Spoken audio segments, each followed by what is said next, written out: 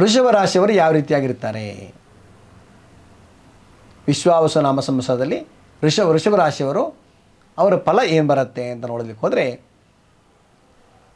ಜನ್ಮದಲ್ಲಿ ಗುರು, ಜನ್ಮಾಧಿಪತಿ ಆಗಿರ್ತಕ್ಕಂಥ ಶುಕ್ರ, ಜನ್ಮದಿಂದ 2ನೇ ಮನೆಯಲ್ಲಿರ್ತಕ್ಕಂಥ ಕುಜನ ಪ್ರಭಾವ, ಧನಸ್ಥಾನದಲ್ಲಿ ಕುಜನ ಪ್ರಭಾವ, ಅದಾದ ನಂತರದಲ್ಲಿ ಪೂರ್ವಪುಣ್ಯ ಸ್ಥಾನ ಕೇತು ಇದ್ದಾನೆ, 5ನೇ ಮನೆಯಲ್ಲಿ ಕೇತು ಕೂತ್ಕೊಂಡಿದ್ದಾನೆ. ಕೇತುವಿನ ಪ್ರಭಾವದಿಂದಾಗಿ ನಿಮಗೆ ಪೂರ್ವಪುಣ್ಯ ಸ್ಥಾನ, ಮಕ್ಕಳಿಂದಾಗಿ ಯಾವುದೋ ಒಂದು ರೀತಿಯಲ್ಲಿ ಸಮಸ್ಯೆಗಳು ಬರ್ತಕ್ಕಂಥದ್ದು. ಯಾರು ಹಿರಿಯವರಿದ್ದೀರೋ, ವಯಸ್ಸಾಗಿದ್ದವರು ಇದ್ದೀರೋ, ಅವರು ಮಕ್ಕಳ ವಿಚಾರದಲ್ಲಿ ಸ್ವಲ್ಪ ವಿಚಾರ ಮಾಡ್ಕೊಂಡು ಹೋಗಿ ಎಲ್ಲ ರೀತಿಯಾದ ನಿಮ್ಮ ಆಸ್ತಿ ಪಾಸ್ತಿ ಏನೋ ಬರ್ಕೊಟ್ರೆ ನೀವು ಅನಾಥಾಶ್ರಮ ಸೇರೋದು ಖಂಡಿತವಾಗಿಯೂ ಕಟ್ಟಿಟ್ಟ ಬುತ್ತಿ. ಅದಕ್ಕೋಸ್ಕರವಾಗಿ ಯಾರು ಹಿರಿಯವರಿದ್ದೀರೋ, ರಿಟೈರ್ಡ್ ಆಗಿದ್ದೀರೋ, ನಿಮ್ಮ ಹಣವನ್ನು ನಿಮ್ಮ ಕಡೆಗೆ ಉಳಿಸ್ಕೊಳ್ಳಿ. ನಿಮ್ಮದು ಏನು ಆಸ್ತಿ ಪಾಸ್ತಿ ಇದ್ದರೆ ಅದನ್ನು ನಿಮ್ಮ ಹತ್ರ ಇಟ್ಕೊಳ್ಳಿ. ನಿಮ್ಮ ಹತ್ರ ಎಲ್ಲಿವರೆಗೆ ಇರ್ತದೋ ಅಲ್ಲಿವರೆಗೆ ನಿಮ್ಮ ಮಕ್ಕಳು ನಿಮ್ಮನ್ನು ಚೆನ್ನಾಗಿ ನೋಡ್ಕೊಳ್ತಾರೆ. ಇದು ಎಲ್ಲರಿಗೂ ಅನ್ವಯ ಆಗೋದಿಲ್ಲ. ಅದರಲ್ಲಿ ಒಂದು 10% ಜನ ಆ ಥರ ಇರ್ತಾರೆ. ಅದಕ್ಕೋಸ್ಕರವಾಗಿ ಸಾಧ್ಯವಾದಷ್ಟು ನಿಮ್ಮ ಆಸ್ತಿ ಪಾಸ್ತಿಯನ್ನು ಕಾಪಾಡ್ಕೊಂಡು ಹೋಗೋದ್ರಿಂದ ನೀವು ಮುಂದಿನ ಜೀವನದಲ್ಲಿ ಚೆನ್ನಾಗಿರ್ಬೋದು. ಇನ್ನು ಗುರು ಜನ್ಮದಲ್ಲಿ ಆಗಿದ್ದಕ್ಕೋಸ್ಕರವಾಗಿ ಗುರು ಶುಕ್ರ ಇಬ್ಬರು ಕೂಡ ಶತ್ರುಗಳು. ಗುರು ಬಂದುಬಿಟ್ಟು ದೇವಗುರು ಅಂತ ಹೇಳ್ತಾರೆ, ಶುಕ್ರವನ್ನು ದೈತ್ಯ ಗುರು ಅಂತ ಹೇಳ್ತಾರೆ. ಅದಕ್ಕೆ ಶುಕ್ರಾಚಾರ್ಯ ಅಂತ ಅವರು ಕರೀತಾ ಇದ್ದರು, ಅವರೇ ಶುಕ್ರ.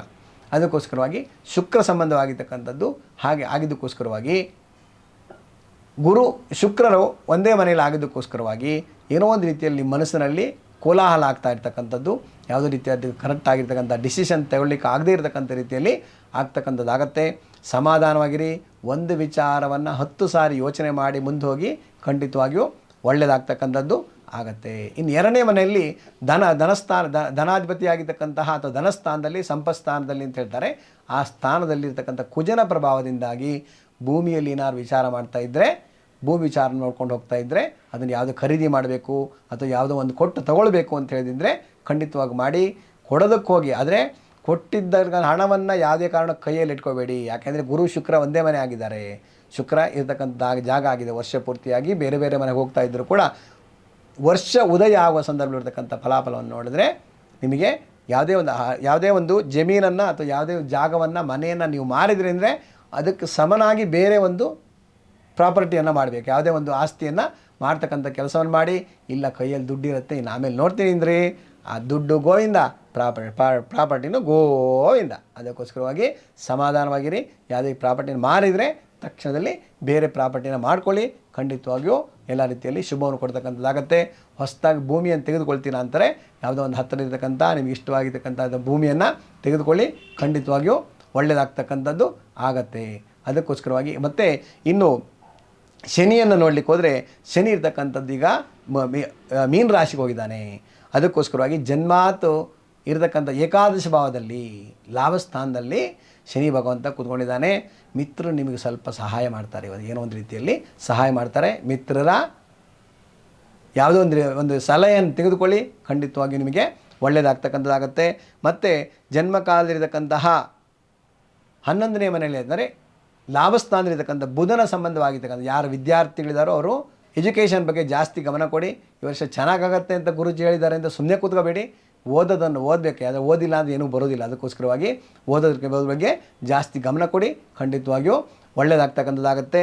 ಇನ್ನು ಯಾರ್ಯಾರು ಪೊಲೀಸ್ ಆಗಿದ್ದಾರೋ, ಪೊಲೀಸ್ ಡಿಪಾರ್ಟ್ಮೆಂಟಲ್ಲಿದ್ದಾರೋ ಅಥವಾ ಉನ್ನತ ಹುದ್ದೆಯಲ್ಲಿದ್ದಾರೋ, IAS IPS ಆಗಿರ್ಬೋದು, ಯಾವುದು ಒಳ್ಳೆಯ ಹುದ್ದೆಯಲ್ಲಿದ್ದಾರತಕ್ಕಂಥವರು, ರಾಜಕಾರಣದಲ್ಲಿರ್ತಕ್ಕಂಥವರು ಸ್ವಲ್ಪ ವಿಶೇಷವಾಗಿ ಜಾಗೃತಿಯಾಗಿರ್ಬೇಕು ರೀ. ಯಾಕೆಂದರೆ ಏಕಾದಶ ಭಾವದಲ್ಲಿರ್ತಕ್ಕಂತಹ ಒಂದು ರವಿ ಪ್ರಭಾವದಿಂದಾಗಿ, ರವಿ ಅಂದರೆ ರಾಜಕಾರಣಕ್ಕೆ ಹೆಸರಾಗುತ್ತೆ ಅಥವಾ IAS ಅಥವಾ ಒಂದು ಉಚ್ಚ ಸ್ಥಾನ IAS IPS ಆಗಿರ್ತಕ್ಕಂಥವರಿಗೆ ಆಗ್ತಕ್ಕಂಥ ಒಂದು ಕಾರಣಗಳಾಗುತ್ತೆ. ಅದಕ್ಕೋಸ್ಕರವಾಗಿ ಆ ರವಿಯ ಪ್ರಭಾವದಿಂದಾಗಿ ಎಲ್ಲ ದಾನ ಮಾಡಬೇಕು, ನನಗೆಲ್ಲ ಯಾರು ಕೊಡಬೇಕು ಅಂತ ಹೇಳ್ತಕ್ಕಂಥ ಮನಸ್ಥಿತಿ ಬರುತ್ತೆ.